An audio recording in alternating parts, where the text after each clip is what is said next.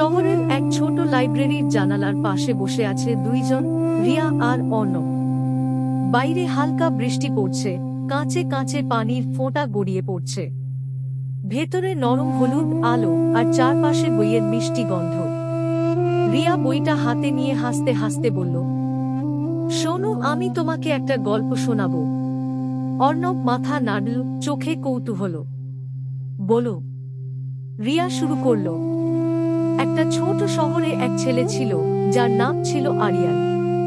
সে খুব চুপচাপ, কারো সাথে বেশি কথা বলতো না।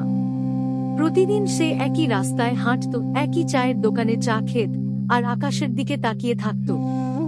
অর্ণব হালকা হাসল। এটা তো একটু আমার মতো শোনাচ্ছে। রিয়া চোখ তুলে তাকাল, তারপর বলল, শোনো তো। সে আবার বলল, একদিন সেই ছেলেটা লাইব্রেরিতে গেল। সেখানে একটা মেয়ে বই পড়ছিল। মেয়েটা হাসছিল বই পড়তে পড়তে, যেন বইয়ের গল্পটা তার নিজের জীবনের মতো মনে হচ্ছিল। ছেলেটা প্রথমবার দেখেই থমকে গেল, কিন্তু সে কিছু বলল না, শুধু দূর থেকে তাকিয়ে রইল।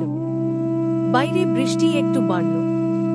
রিয়া নরম গলায় বলল, দিন যেতে লাগলো। ছেলেটা প্রতিদিন লাইব্রেরিতে যেতে শুরু করল। মেয়েটা সেটা খেয়াল করল, কিন্তু কিছু জিজ্ঞেস করল না। শুধু মাঝে মাঝে চোখে চোখ পড়ত, আর দুজনেই হালকা লজ্জায় অন্যদিকে তাকিয়ে নিত। অর্ণব ধীরে ধীরে বলল, তারপর? রিয়া হালকা হাসল। তারপর একদিন মেয়েটা একটা বই বন্ধ করে ছেলেটাকে বলল, তুমি কি গল্পটা শেষ জানো? অর্ণব ভ্রু কুঁচকে তাকাল। রিয়া বলল। ছেলেটা বলল, না, আমি শুরুটাও ঠিক বুঝিনি। মেয়েটা হেসে বলল, তাহলে আমি তোমাকে গল্পটা শোনাব।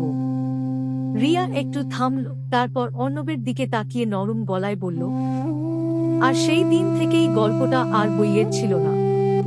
গল্পটা ছিল তাদের দুজনের। কিছুক্ষণ নীরবতা। বাইরের বৃষ্টি থেমে গেছে। জানালার কাঁচে শেষ ফোঁটাটা গড়িয়ে পড়ল। অর্ণব ধীরে বলল, এই গল্পটা শেষ? রিয়া হাসল।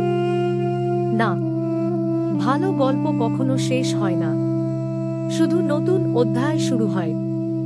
আর ঠিক তখনই লাইব্রেরির নীরবতায় দুজনের হাসি মিশে গেল, যেন একটা নতুন গল্প সত্যি হতে শুরু করল।